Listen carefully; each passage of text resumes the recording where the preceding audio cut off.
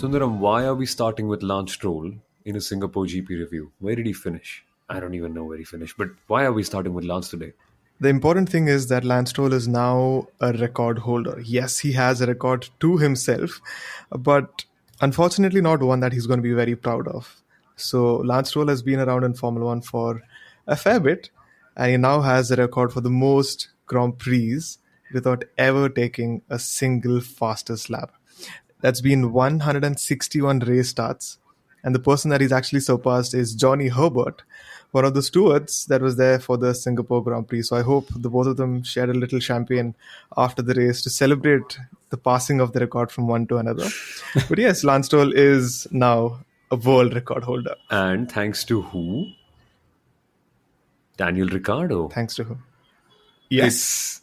Yes, indeed. I think it's only fair to start off with him, no, Kunal, considering this could be the last time we chat about him. Yeah. Firstly, I didn't understand the thanks to Ricciardo reference because Lance Stroll was actually never in contention for the fastest lap in Singapore either way. It was Kevin Magnussen, if I remember Don't doubt correctly. him, Kunal. You don't know he's world championship material. He can pull out a performance like that at any given point in time. Absolutely. Don't be a hater that way. Come on. Yeah, okay. I won't be a hater. I'll just state facts. And I know this is where all the Canadian listeners are like, oh my God, there we go again. And they probably hate me a little more than you both. But the stat is, of course, Nico Hulkenberg, brilliant race. We'll talk about his race later. But Nico Hulkenberg is now equal on World Drivers' Championship points with Lance Stroll. In a Haas. A customer Ferrari team. And the reason why I say customer Ferrari team, because they are literally a customer. They buy almost everything they can, legally allowed to, from Ferrari. Okay. And Aston Martin, with the biggest, best, most recent facilities, with the biggest signing that's actually happened just 2 weeks ago in Adrian Newey, Lance Stroll is 11th with 24 points.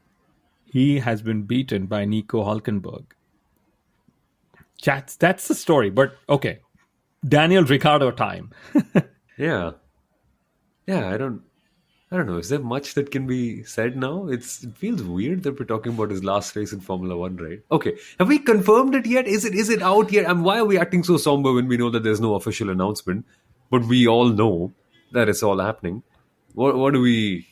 Yeah, I see a bunch of confused expressions on my screen. It's including my face. No, because when Ralph Schumacher said that this is going to be his last weekend, I didn't really read much into it. But then Danny Rick coming and accepting that, yeah, it's possible it might happen.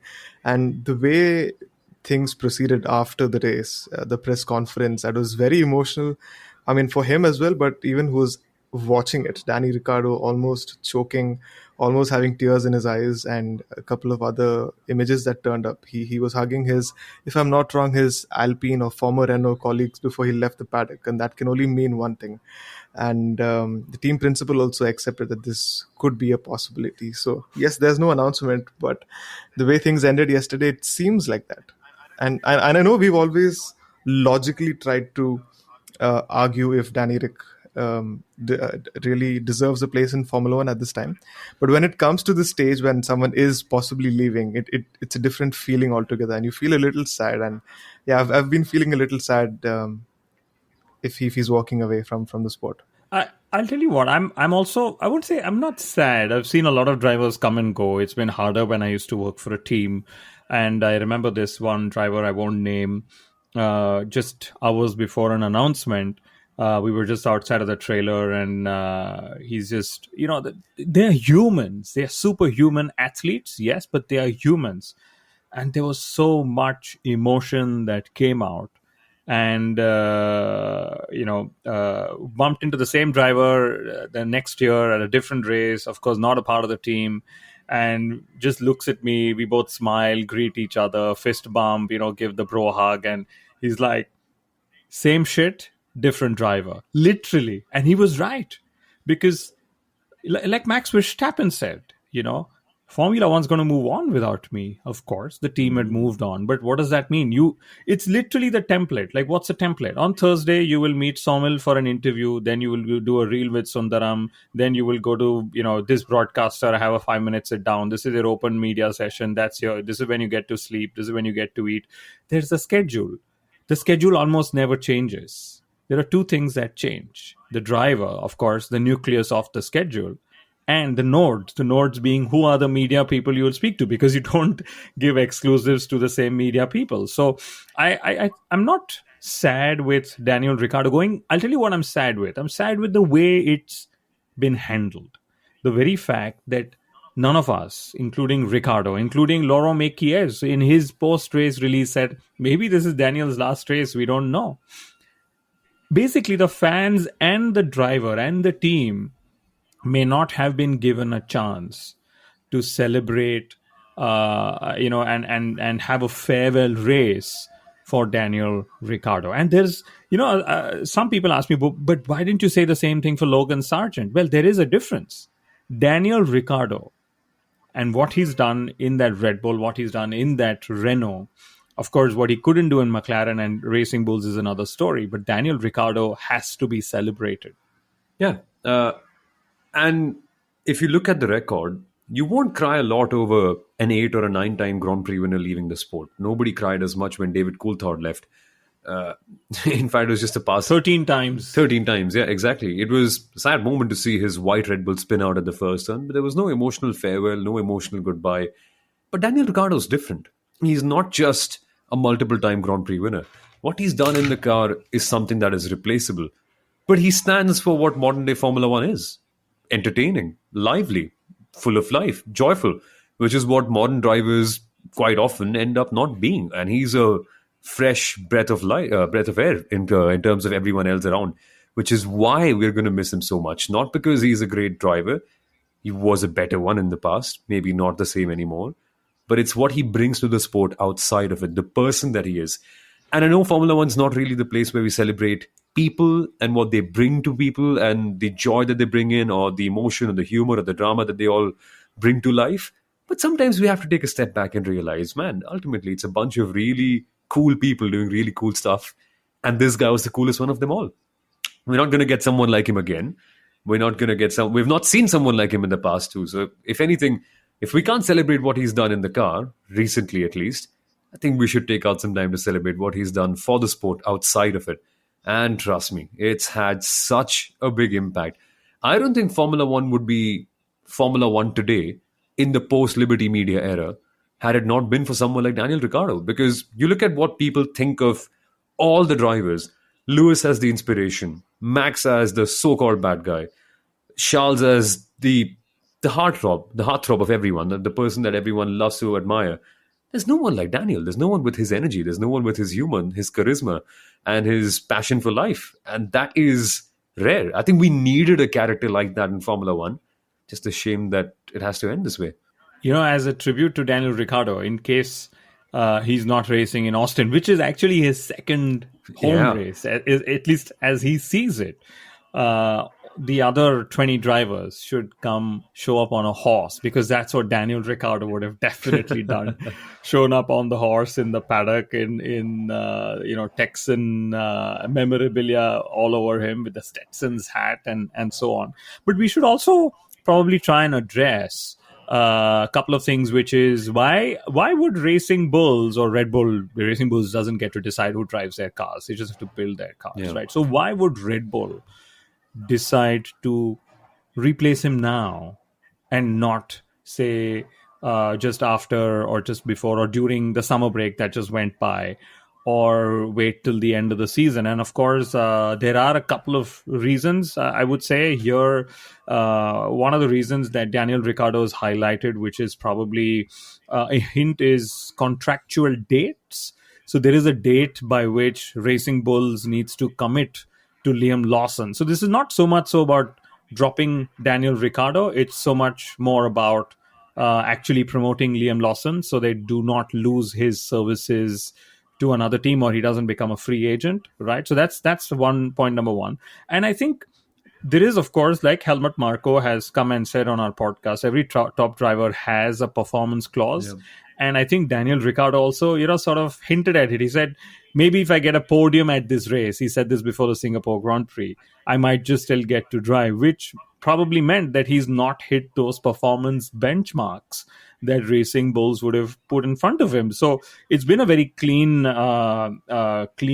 negotiation, or a clean way of working with him. He would have been told, this is your date, these are the targets you need to hit by these dates, we'll give you the car. Of course, lots of times he's had accidents, people have gone into him, or he's spun out, or the wrong strategy. But those are variables that are at play in almost every driver's career in Formula One. Yeah. So you still have to, between those variables, still delivers to some of those performance benchmarks. So this is more about Lawson getting a drive, and not losing Daniel, and not losing him to another team, than about dropping Daniel Ricciardo. It just so happens that it's Singapore, and then the next race is 3 weeks away, and whatever else. And it just so happens that the most droppable team where you can pick out a driver from is AlphaTauri.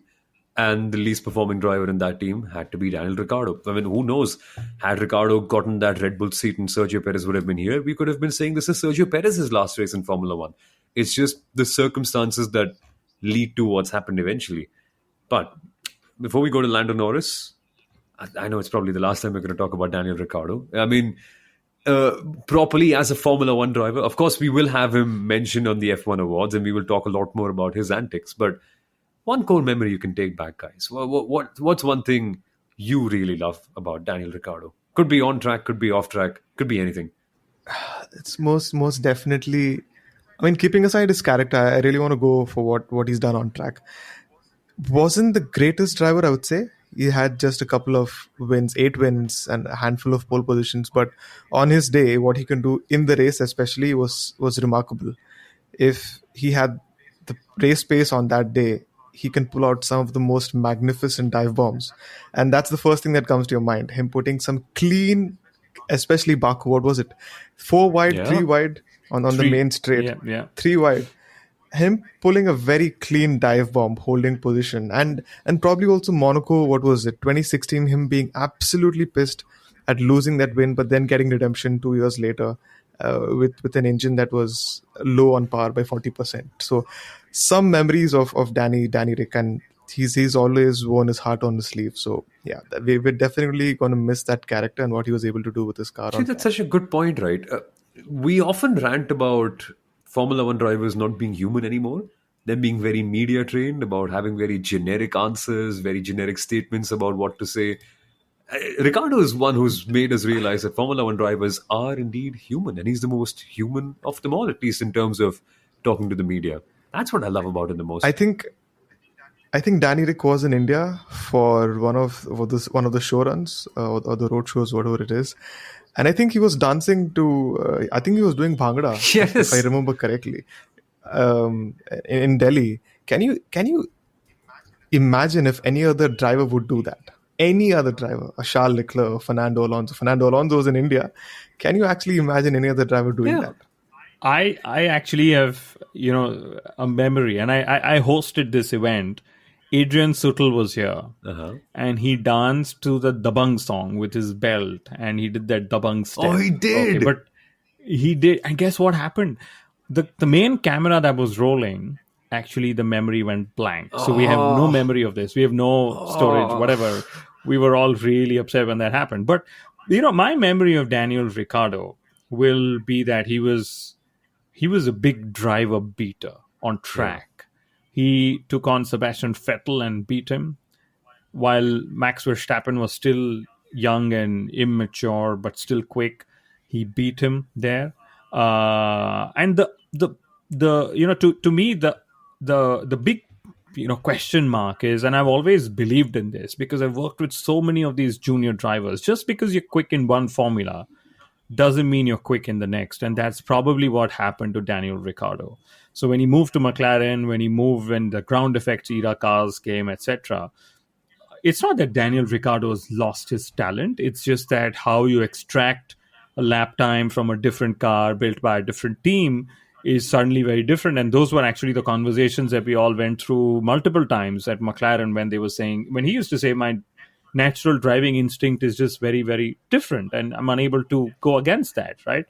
But the irony, and Keith Colentine, who runs racefans.net, again, a very, very credible journalist, I would say, with how he's built F1 Fanatic, and Yeah. which is now called Race Fans.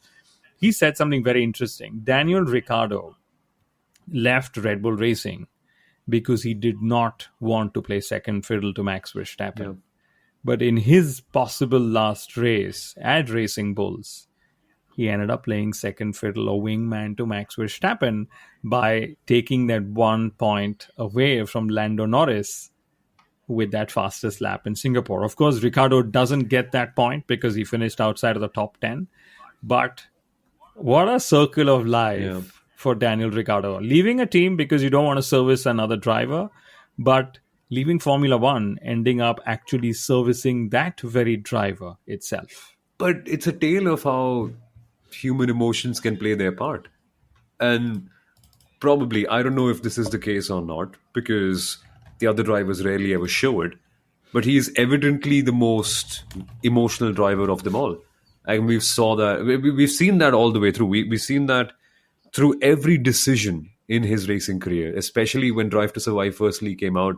First ever season, his move to Renault was so well documented, and you can see the emotion he's showing towards the switch. It's more about backing himself, which would be a natural instinct at that time, given that the assurances from Red Bull were that he won't be a number two driver. But you could sense that Max was the bigger one coming along. It's just a tale of how human emotions can sometimes get the better of you. But what would we be if it's not for our emotions? That's what. And so I love listening to Ricardo's interviews. He's got that broad grin, always positive. Even during the McLaren days, you could feel the pain, but he would still be positive. But the one thing I noticed, and this is where Ricardo fans probably don't like me too much, is when the slower he got compared to teammates, the longer his answers would be. Okay, and deeper explanations, using lots of words. Of course, very introspective. What I mean to say Yeah. is that. But that often was my correlation, that if you suddenly see a Ricardo answer that's 4 minutes, you're like, okay, I can almost sense where he's on the timing sheets. Okay. But we should, before we move on, because it was, of course, a lot more than Daniel Ricciardo and Lance Stroll, right? There are two things we should probably talk of. First, and very short, I have a view on Red Bull Racing using Racing Bulls to take that point away from Lando Norris, which, of course, this means that even if Lando Norris wins the next whatever number of races, that we have 6 races, and Max Verstappen finishes second, Max will still be world champion. Okay. So what Red Bull did was, I think it's against the spirit of the sport, but it's One absolutely legal in second. every way. I have to bring this topic up. What is the spirit of the sport, Kunal? It's because I bring this up because in cricket, I've had this whole big discussion with so many people when the English cricket team always rants on about spirit of the game. I don't get what spirit of the game is. Isn't the spirit of the game to go by the rules? It Wait. is. Are you guys staunch believers of the spirit of any sport, or do you follow the rule book? Let's understand that. I am a person who absolutely loves going by the rule Rulebook. book. Rule book. Kunal, you? I would say rule book, yes, absolutely. But yesterday was a great example of why Zach Brown has been talking about single ownership between two teams not being good for the sport of Formula One, even though it's great for the business of Formula One. And, I think somebody's turned up and said it's a constructors championship, not a coalition championship, which makes sense. And people were, of course, saying Magnussen tried to take it. And lots of times it's happened that drivers outside of the top 10 have tried to take the fastest point away, etc. No foul play to Racing Bulls or Ricardo or Red Bull whatsoever. They did what's within the rule book. But at some point, we've got to ask, if it's like this, right? We all want a 2021. We all want drivers going into the last race of the season equal on points, battling, all that crazy. I don't mean we want 2021, the fiasco that happened, right?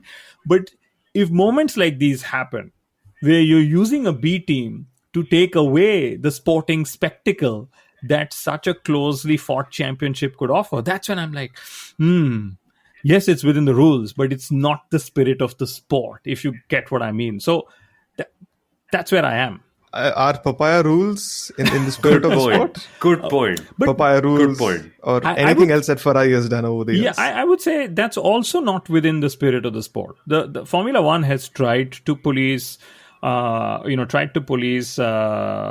team orders. They realize they cannot police it accurately, and they've gone away from it. So they've said actually it's allowed to have team orders. Again, I don't believe it's in the spirit of the sport at all, right? But there's always gray areas in such situations. Hear me out though. Isn't the spirit of the sport elite, high performance, and maximizing results? To me, that is the spirit of Formula One. And wouldn't that be a case of Red Bull and RB are just trying to do what they can with the tools they have in hand? Isn't that the spirit of Formula One? Absolutely, it is. At no point am I saying they shouldn't do it either. I'm just trying to say that when Zach Brown went to town last year, there's a rhyme to it. Zach Brown went to town. Okay, anyway, when he went to town last year, beating his chest with this, saying Red Bull can't own two teams, I was actually against it, saying, well, 15 years ago, when nobody wanted to own teams, there was one man who said, guess what? Don't worry, I'll own two teams. And then we applauded that guy. Yeah. Now, suddenly, when the business looks so good, we are saying, yeah, thank you. You bailed us out 15 years ago, but now we don't need you. Please sell the team. What rate are you going to sell it at? Okay. And so I understood Zach at that time. I understand him even more now. But this is a great example, live television, 2024 Formula One season, when it is so closely fought that you actually see a scenario play out where you're like, Zach is talking sense as well. We don't know what's right because both sides are correct. And at no point should Red Bull be forced to sell Alpha Tauri with all that they've invested all these years. But it could just rob us of both drivers going equal into points in Abu Dhabi or whatever, Anyway. Okay. 1 second. 21 minutes into the episode. Who are we? Why are we talking about Daniel Ricciardo and the spirit of the race? Why are we not talking about Lando Norris and his big win? Let us tell you more. We just get carried away. We're the Inside Line F1 podcast. We're not... What can I say? Ultimately, we do end up being fanboys of Formula One quite a fair bit. And it's only normal. The voice you just heard before me, that was Kunal Shah, the former marketing head of Force India. That's why he shared a story about Adrian Sutil on camera, missing, and the camera not capturing that dabang dance. I hate it. Should have seen it. He's now also working as a part of the Viaplay network, and you would have seen him on the Viaplay F1 broadcasts last week. And I suppose you'll be back next week as well, wouldn't you, Kunal? For the next race. Yeah, next race. Luckily, there's a 4-week gap. Yeah, thank you. There's that. And alongside myself, Somal Arora, was Sundaram Ramaswamy, F1 stats guru, yesterday at our F1 screening in Mumbai. And Sundaram, of course, is known as F1 stats guru for a reason. His stats are super popular, including one that he found out about the fastest lap. His work has been published on autosport.com, motorsport.com. He's the official statistician for F1 Academy. He's a part of the WTF1 Talent Network. It's like I have to read out his resume all the time, but you must know that he's done so much. And, of course, there's me. I've commentated on the MotoGP Indian Grand Prix, the Indian Racing League, Indian Formula 4 Championship, Indian Supercross Racing League, and hopefully some more leagues without the tag Indian to it, because I feel there's a lot more fun stuff to be done outside as well. But that's us. And we need to... And that's you. That's you, the voice of motorsport in India, hands down. You're being too kind. You're being too kind. But the voice I'm just reading out facts. Anyway. The voice of any sport... Guys, sorry, go ahead.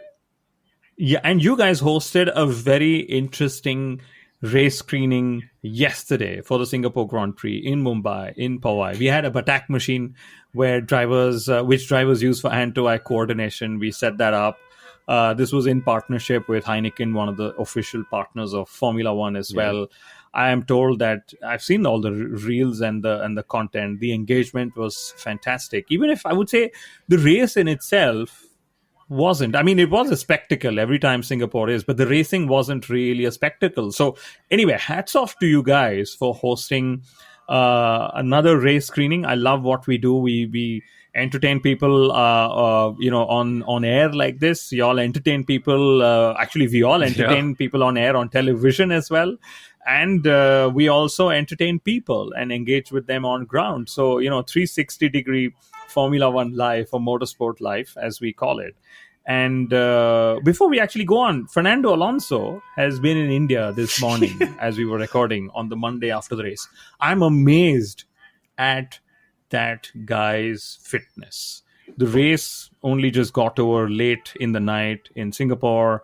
He would have gone, slept, or probably flown through the night, slept through the flight. It's anyway a 4.5 hour flight to India, or to Chennai. It's probably maybe half an hour more. Anyway, and then he was with Cognizant, the partner, this morning. Lots of fans have sent me, or lots of fans of our show who were in the audience there, have sent me, hey, he's here, what questions should we ask? Some of them also sending me stuff of what he actually said in the conference, because it was a closed door, whatever, employee engagement that the sponsor did. So there were two things he said, and so then you'll get a wide grin when you hear this. He said his favorite memory from India was a 2012 Indian Grand Prix when he overtook Michael Schumacher's all-time F1 points record, and he actually had a special helmet Yes. designed for that, right?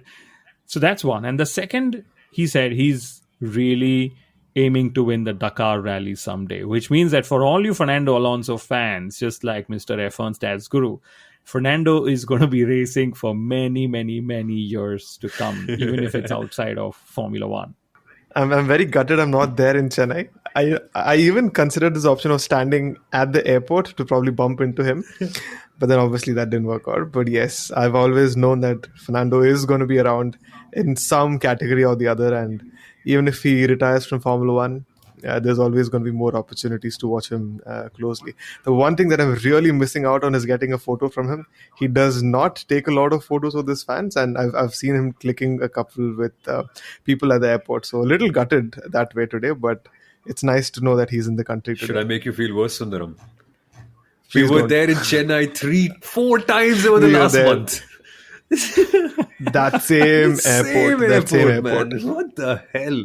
And Mika Häkkinen was also there at the same airport a few days ago, and we missed him as well. Oh God, what are we doing? Okay, So close yet so far. so close yet so far. Hey, that's the same thing that our listeners will be saying, that you guys were so close to mentioning Lando Norris at the start, but you didn't. Well, it's only fair, right? Because how many minutes are we into the episode? We are 27 minutes away. He was 30 seconds away from the rest of the field. So it's only fair he gets the airtime after all of that.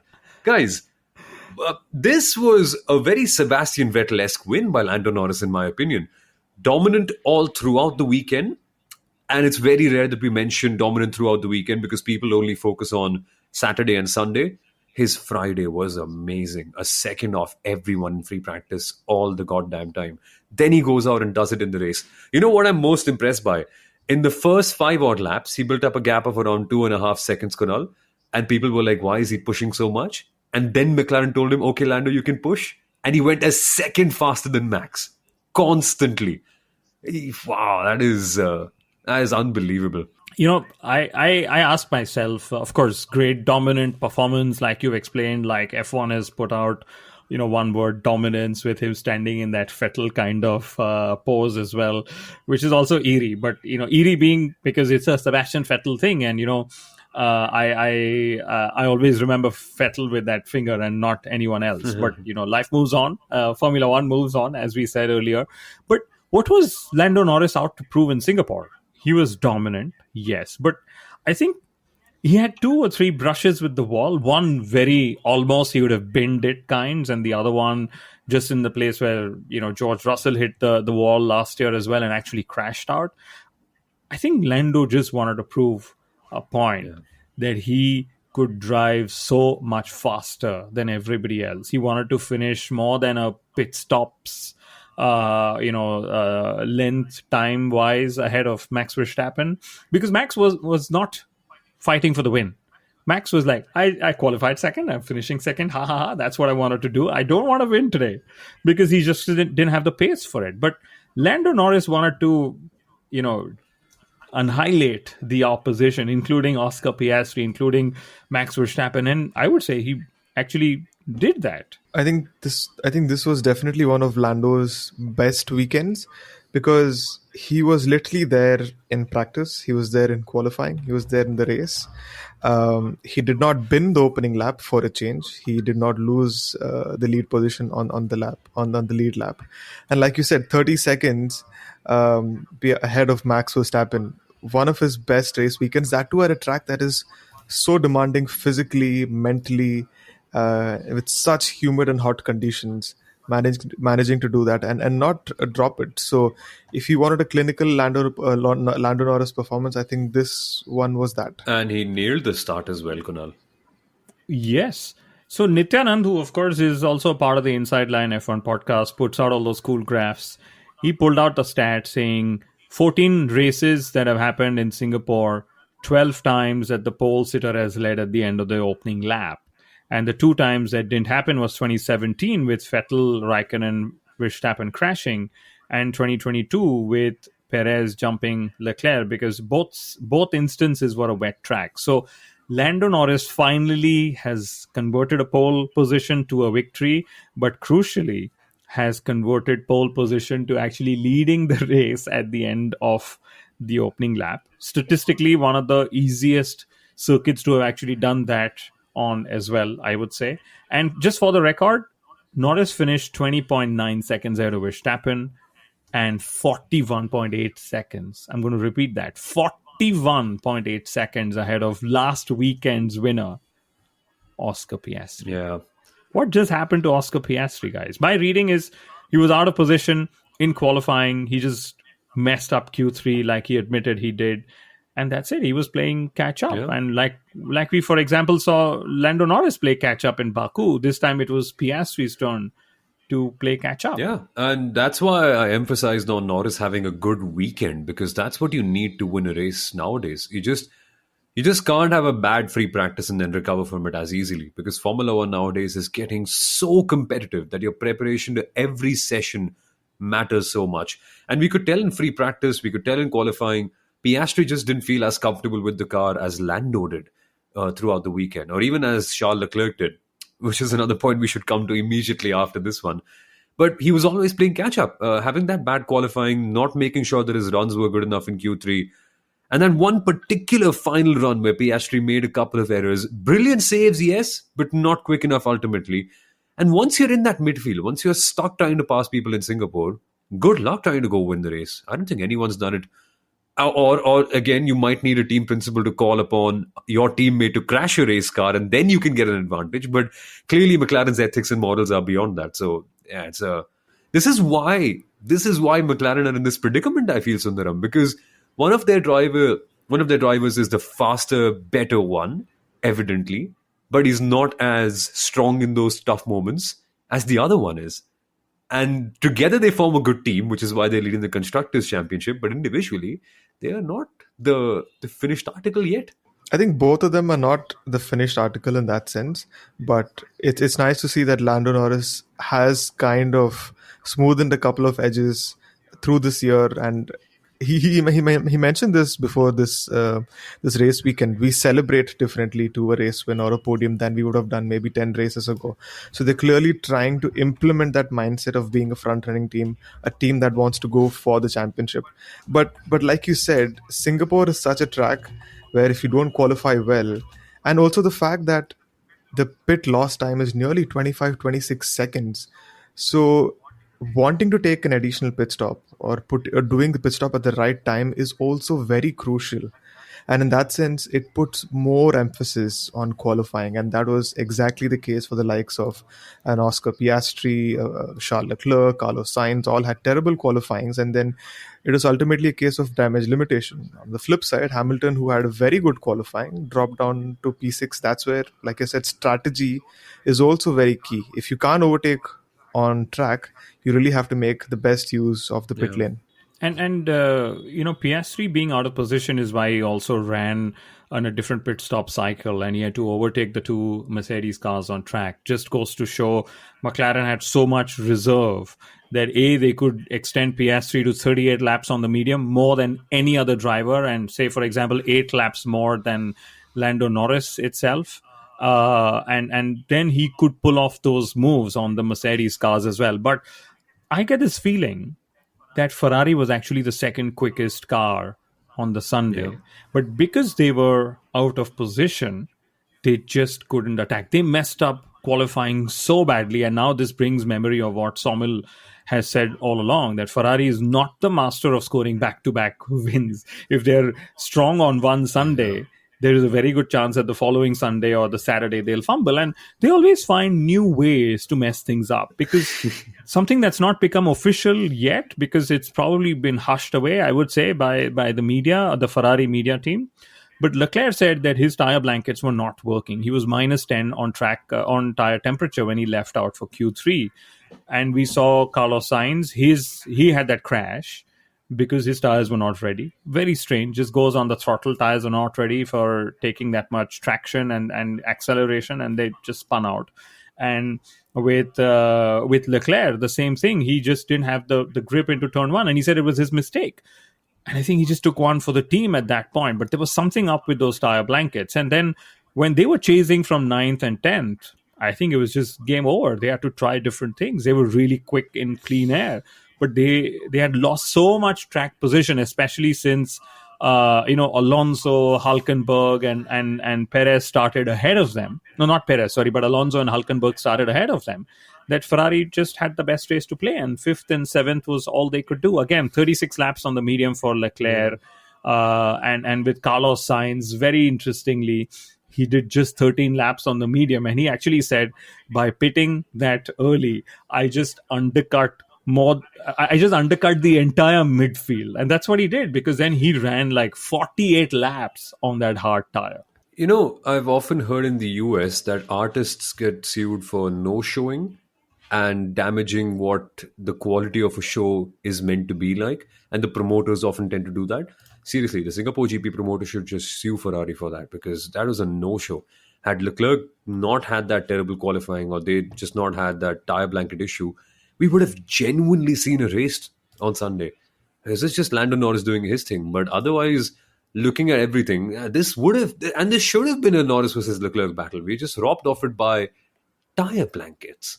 Yeah, and were the tire blankets that Ferrari using dysfunctional? And I presume that tire blankets are a standard, a standard supply from the FIA, much like a lot of other components, because the sensors were picking up that the tire blankets, the tires were not ready. Otherwise, Leclerc wouldn't have known he's minus 10 on the temperature dash, right?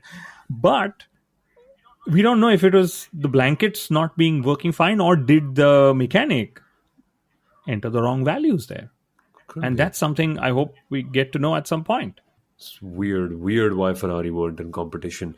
But yeah, so Max Verstappen actually finished second in the car, which I would say was third quickest. Yeah. Because the car that was second quickest was out of place. And I think Max Verstappen is in this space where he was just like, oh, wow, I'm second. He had a great qualifying, emphasizing what Sundaram said, track position was so crucial. He put that car in P2. I think he was also surprised. He was there. He was probably expecting it to be much lower, because Ferrari and, of course, Mercedes to an extent faltered in qualifying. And then what happened to Max Verstappen is he just banked in all the points he could, got his mate Daniel Ricciardo to take the fastest lap point away from Norris. Not that he took the call, but how far is how difficult is it to send a WhatsApp message to Laurent Mekies and say get Daniel to pit. Daniel was anyway running last, and then say that's his legacy. He took the fastest lap of the race, which if you're outside of the top 10 is actually meaningless in every way. You're doing it to stop somebody else from scoring that point rather than score that point yourself. That's literally the reason why you take the fastest lap when you're outside of the top 10. But I think Max Verstappen's battle mainly this weekend was with the FIA, because he wasn't battling the McLarens whatsoever. Okay, he was in a beautiful McLaren papaya sandwich, and I would say he continues the tradition of world champion drivers, multiple world champions, having issues with the FIA, or the FIA having issues with them. You guys remember Lewis Hamilton sat with all the multiple jewelries and watches in his hand when suddenly the jewelry band came up, Yeah. and then Sebastian Vettel wore his underpants outside on his racing suit. So Max is just carrying forward that legacy, saying, "There we go. I'm going to have this." So he lost the battle Oh. against the McLarens on track, but he won it against the FIA in his own press conferences on Saturday and Sunday. And I sat through that press conference, and I'm like, Max is putting Lance Stroll to shame with those monosyllabic answers.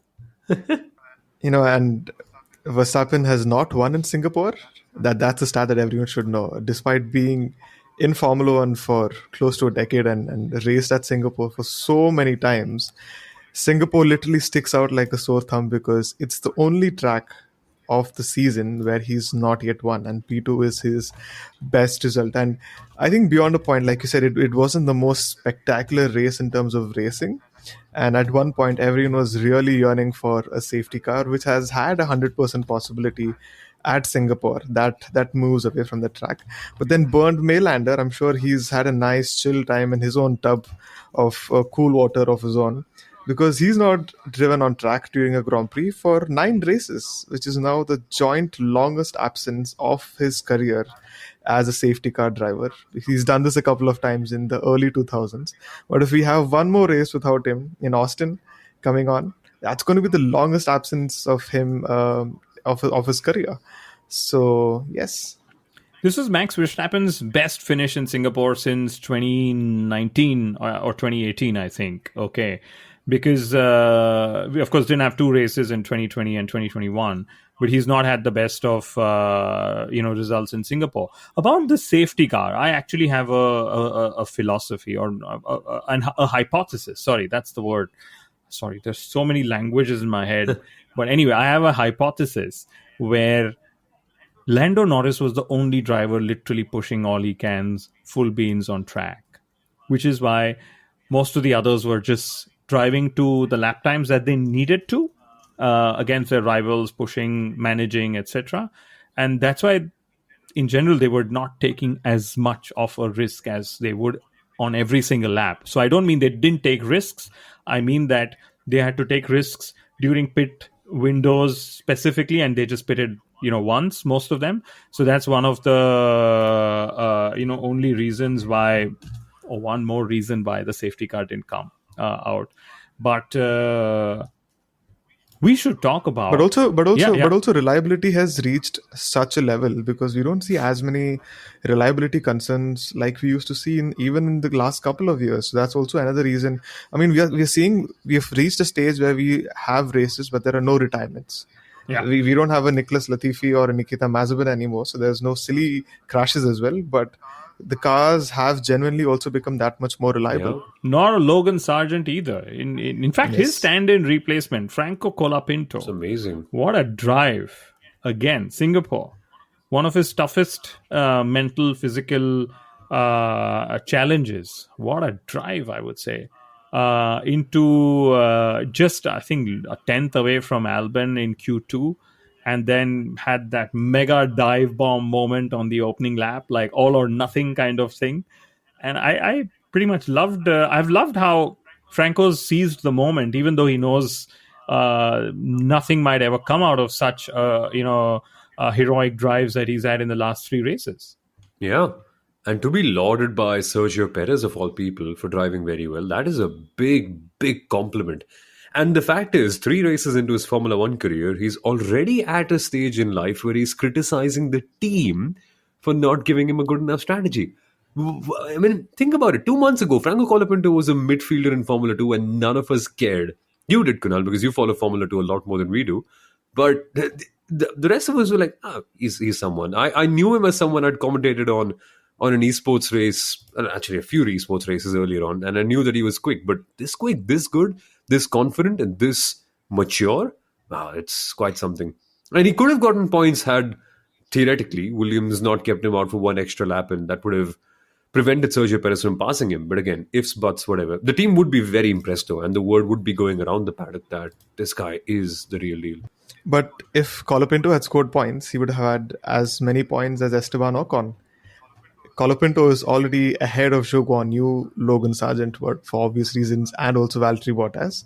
with 4 points. He's 19th. Esteban Ocon is 1 point ahead. Kevin Magnussen is 2 points ahead. So if he puts his car within the points paying positions, there's the possibility that he could finish as high as 17th or maybe even 16th. Imagine. That's Yeah. insane. Since we are That's a very talking, good CV. Very yeah. good CV that So way. I would say Franco Colapinto was one of my drivers of the day, or drivers of the weekend. I would say even Nico Hulkenberg, my definite driver of the day, driver of the weekend. I know why Daniel Ricciardo got it because it's probably his last race, and lots of fans just do that to thank the driver. But Hulkenberg, mega qualifying, started in the top 10, kept it there, kept Perez behind him for, I think, 90% of that race, and drove flawless. Of course, didn't get the praise from Perez, like Colapinto did. But now Haas has, scored points again, which I think is brilliant. And then we should just short word on Mercedes, because I think they've admitted they messed up Lewis Hamilton's strategy. Starting third, they put on the soft. The soft were the worst tire to be on, and that's it. He was game over and done after Yeah. that. And while a lot of fans on social media are saying Mercedes and blaming the team, you have to remember a lot of tire choices, especially race tires, are choices that drivers are actively involved in. They consider all the scenarios. One of the key scenarios they would have considered is there is a very high chance of a safety car, especially early in the race itself. And within the safety car windows. So it would have suddenly looked like a masterstroke if Lewis would have had a great opening lap and then pulled a move on either Max or Lando or both of them, and gained track position. So I think they had everything to try for, and I'm glad they did. It just didn't work out, and they put their hands up saying, sorry, we messed up. Yeah. Yeah. I mean, they had to, right? They had no other choice. They knew in terms of raw pace, they were nowhere compared to Mercedes anyway, compared to Red Bull and McLaren anyway. So, yeah, worth it. But one stat we must end on, Sundaram. You have pointed out something about Verstappen and what he's still not achieved. We need to get this stat and then one really fun question from Kunal before we call it a day. But what's that? What's that fun number? Now the thing is that McLaren have been doing a lot of overcuts off lately. That's turned out to be a trend. They often let their rivals go ahead and take the undercut, which has meant that Lando Norris did not leave the lead of the race and he did not hand it over to Max Verstappen. So Verstappen did not lead a race during the Singapore Grand Prix, which then means he's led only a total of 3 laps around this track in entirety. And a certain Antonio Giovinazzi has actually led more laps in an Alfa Romeo here. Wow. Who would have ever imagined that? But since we are on Max Verstappen, here's a question for you both. Okay, go ahead. Red Bull has 7 wins this season. Yes. Yes, they do, right? McLaren. So Red Bull has 7 wins this season. McLaren has now scored 5. Yeah. McLaren have almost a 35 whatever point advantage in the Constructors' Championship. There are 6 races to go. Will McLaren end the season as the team with the most number of wins in 2024? Yes or no? Yes. Yes. And follow-up question, will Red Bull win any race of the remaining 6 races? Yes. Yes. Okay, wow. We are all on the same page. Again, Max Verstappen gave a beautiful hint post-race. He said, these street circuits do not work for us, even though we've cured the curbs and the bump riding that we were unable to do, which is a strong hint that Red Bull may have found, some solutions in their package to make their car easier to drive compared to, say, last year, how they struggled, right? And he said the normal tracks will suit us better. And if that is the case, and this is going to be a Norris versus Verstappen for the next 6 races, I would love to see that. But Sundaram, before we end, you have a great stat. Yes, McLaren, I just remembered, took their 14th consecutive podium of the season. And it's their second longest podium run in their history of being in Formula One. So 14 in a row right now this season. Their best ever is 19 in a row. And if McLaren continue in this form, you can expect them to do that. They literally have the best car out there for a very, very long time. But if they finish on the podium for every race till the end of the season, they will they will break that record as well. 20 podiums, 6 more races to go. They could actually claim their and make a new record. That is insane. What a turnaround, huh?